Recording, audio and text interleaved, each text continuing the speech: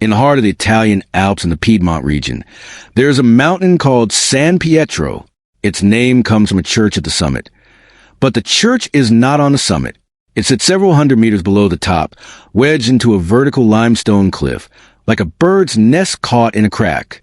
Elevation: 2,300 meters. Not extremely high, but high enough to thin the air and keep snow from melting until June.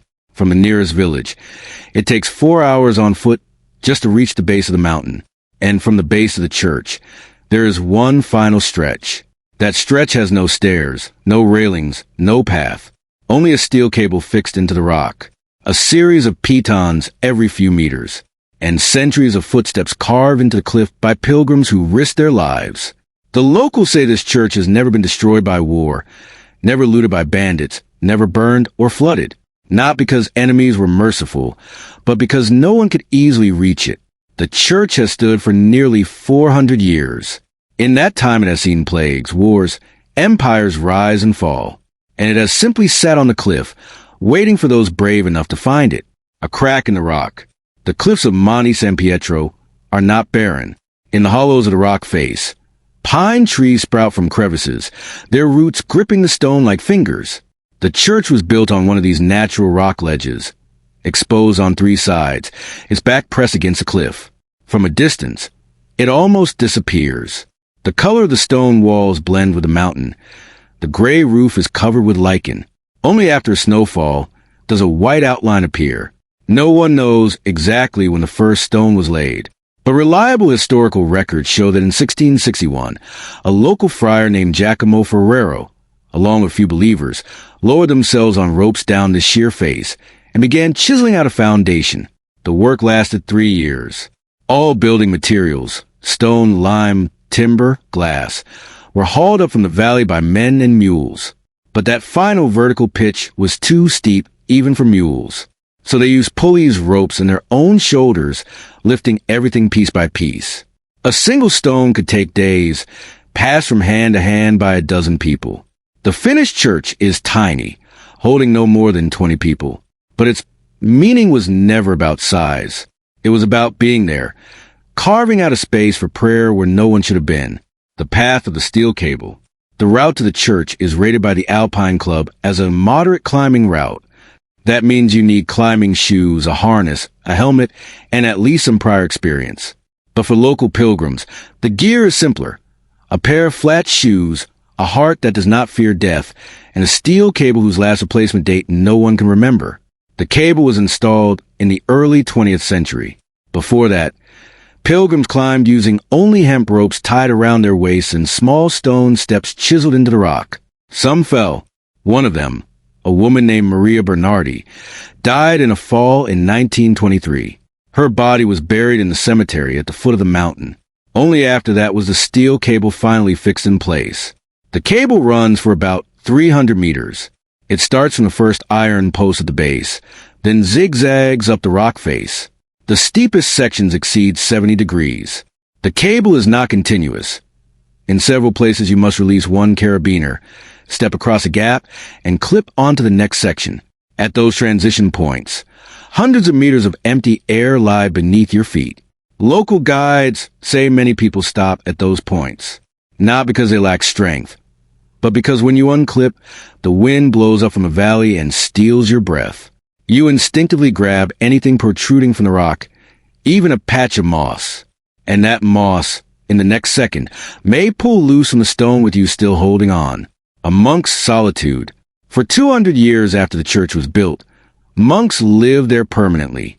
They took turns, each staying on the cliff for months. Supplies were sent up every 2 weeks by villagers below. They hung the parcel on a rope and pulley system, and the monk hauled it up. What did the monks do there? They had no mission to preach, no obligation to give alms. They simply prayed. Some saw this as a purer form of worship. By placing the body in danger, the soul draws closer to God. Others thought it was a kind of escape. On a cliff, you are never troubled by worldly worries, because you have only one worry: survival. Either way, one thing is certain. The cliff dwellers never suffered from insomnia. Each day's physical effort was enough to put them to sleep the moment their heads touched the pillow. And when they woke the next morning, the first thing they saw through the window was a sea of clouds spread beneath their feet. No drug could replicate that feeling. In 1873, the last monk left the cliff. No one knows why. Perhaps he was too old. Perhaps the church no longer supported such eremitic life. From then on, the church had no permanent resident. Only once a year, on the feast of St. John, June 24th, a priest climbs up from the valley, celebrates Mass inside, and then climbs back down. Once a year, never missed. The June Mass. The Mass on St. John's Day is the only living moment for this church. Not only the priest comes, dozens of pilgrims climb up with him. Some wear climbing boots. Others wear ordinary leather shoes. A few carry oxygen canisters, not for altitude sickness, but because their health is so poor that they need help, yet they refuse to stay away. The Mass begins at 10 in the morning. The church has no electricity, no lights. Sunlight streams through the only stained glass window, casting a small soft patch of color on the stone floor. The priest recites the liturgy in Latin, his voice echoing off the stone walls, drifting out the side door and disappearing into the open air above the abyss. No one takes photos during the Massachusetts. No one holds up a phone. Not because there is no signal, there isn't, but because everyone understands that in this place, words and images are surplus. You just sit on a wooden bench, listen to the wind squeezing through the cracks, feel the cold of stone, and stay quiet for a while. After the service, people walk out onto the small terrace beside the church. The terrace is only a few square meters. 3 or 4 people fill it. Others stand along the cliff next to the steel cable, one hand gripping an iron post, the other making the sign of the cross. They look down. The villages in the valley look like toy houses. They look up. The snow on the summit glitters in the sun. Then they start the descent. One by one, clipping and unclipping, retreating back the way they came. The church is empty again, until the same day next year. Looking outward, this church has puzzled both mountaineers and philosophers. Mountaineers wonder, why build such a small house in such a hard-to-reach place? Philosophers wonder, why build anything at all where nothing is needed? Both questions point to the same answer. Because someone believed that only by pushing oneself to the extreme could one glimpse a truth beyond the ordinary. What is that truth? No one can put it into words. But everyone who has been there says that the place has a silent face. You cannot describe its features, but you remember it long after you leave. 400 years have passed. Humans have climbed the highest peaks, walked on the moon, built machines that can carry voices across the globe. We have not become nobler, nor have we become happier. Yet the little church on Monte San Pietro still hangs on the cliff, still wakes only once a year. It proves nothing. It just exists. Perhaps that is the most extravagant thing humans have ever done. On a site that required no building at all, to spend 3 years carving out a building, and its only function is to let a person, during 600 seconds of Mass, briefly forget who they are.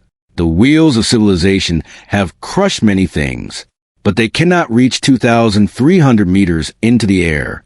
The steel cable is still there. The wind is still there. The church is still there.